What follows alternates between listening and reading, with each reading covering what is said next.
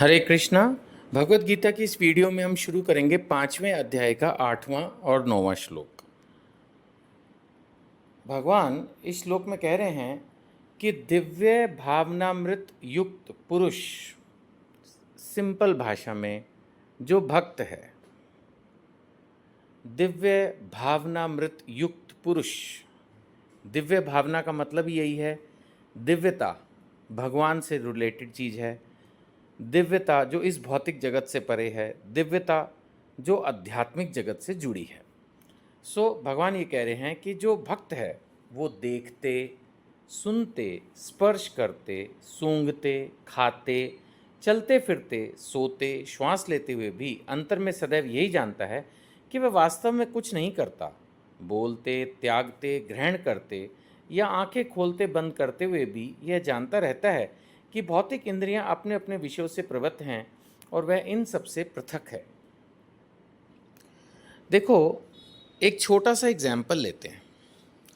एक बैंक में कैशियर है, उसके पास एक ग्राहक आया, लाख रुपए जमा करा गया। दूसरा ग्राहक आया, उसने 50,000 जमा कराए। तीसरा ग्राहक आया, उसने 70,000 जमा कराए। चौथा आया, 25,000 ले गए। आपको लगता है कि उसको कुछ असर होता होगा इस बात का? उसकी ड्यूटी है, 10 बजे बैंक खुला, उसने अपनी ड्यूटी ज्वाइन कर ली। लोग आ रहे हैं, पैसा जमा करा रहे हैं, कुछ आ रहे हैं वो पैसे निकाल के ले जा रहे हैं। मेरे को नहीं लगता कि जब कोई 1 लाख रुपए जमा कराता होगा तो उसको कोई खुशी होती होगी। मेरे को नहीं लगता कि कोई अगर पैसे निकालने चला जाता होगा तो उसको गम हो जाता होगा, ओहो 25,000 चले गए। ऐसा होना चाहिए हमारा जीवन। हम जो काम करें सेवा भाव से करें। आप बोलोगे कि ये बोलना बड़ा आसान है, करना बड़ा मुश्किल। Done, agreed. जो आप सोच रहे हो मेरे दिमाग में भी यही बात है। बट भगवत गीता का आदेश यही है, भगवत गीता का उपदेश यही है, भगवत गीता का सजेशन, सलाह यही है, चैलेंज यही है। अब आप बोलो कि नहीं ऐसा कैसे होएगा, अगर मेरे पास पैसे आएंगे तो मैं बहुत खुश होऊंगा। अच्छी बात है, खुश हो, लेकिन फिर याद रखना जब जाएंगे तो दुख होगा। कोई आपका मान करेगा, इज्जत देगा, अगर आप खुश हुए तो फिर जिस दिन थोड़ा भी अपमान हुआ तो बहुत गुस्सा आएगा। जब सुख आएंगे उसके लिए अगर आप अपने आप को जिम्मेदार मानोगे कि ये सुख मैंने अपनी ताकत, अपनी हिम्मत, अपने कर्म, अपनी मेहनत से अर्जित किए हैं, तो जब दुख होंगे तो उनकी भी जिम्मेदारी आपको लेनी होगी। तो इन द्वंद्वों में फंस के रह जाएंगे प्रभु। यही तो भगवान कहना चाह रहे हैं।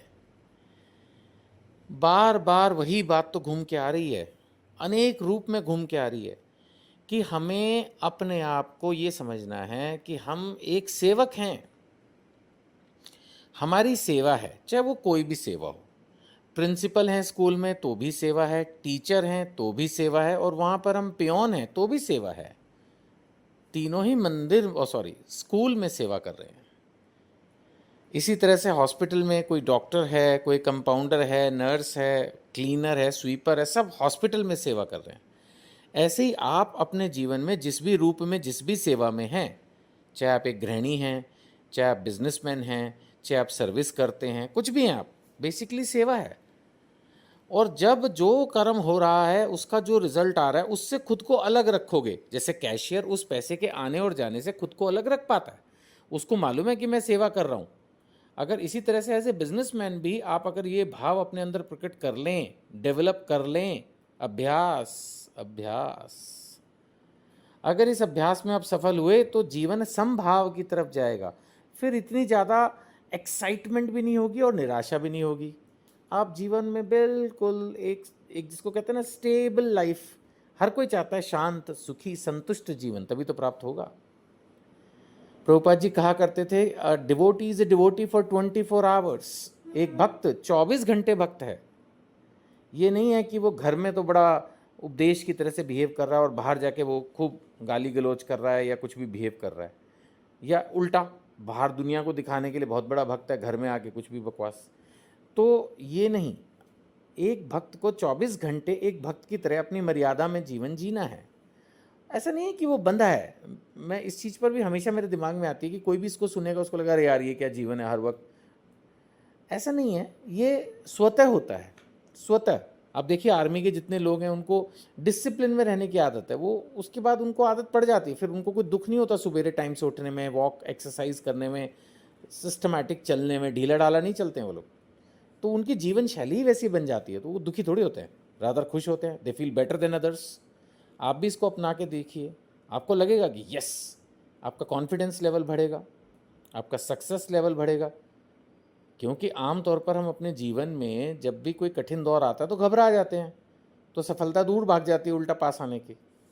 तो अगर हम इस श्लोक के अनुसार अपना जीवन जिएं, जिसमें लिखा है देखते, सुनते, स्पर्श करते, सूंघते, खाते, फिरते, any mean whatever you are doing, बोलते, त्यागते, ग्रहण करते, आँख खोलते, बंद करते, सब कुछ बोल दिया भगवान ने। जो कुछ कर रहे हो उसको होने दो। आप ये मान के चलो मैं इससे अलग हूँ, मुझे इस बात से असर नहीं होगा। असर होता है, मैंने बोला, मैंने माना, लेकिन धीरे धीरे कोशिश करें, धीरे धीरे धीरे धीरे कोशिश करें कि इन चीज़ों से आपको असर ना हो, और आप इनको एक सेवा मान के चलते रहो। जो भी कार्य आप कर रहे हो उसको सेवा मान के करते जाओ, जीवन एकदम शांत, संतुष्ट और खुशी हो जाएगा। कैसा आपको इस बारे में अनुभव हुआ, आप चाहें तो कमेंट करके मेरे को बता सकते हैं। बहुत सारे लोग व्हाट्सएप ग्रुप से जुड़े हुए हैं।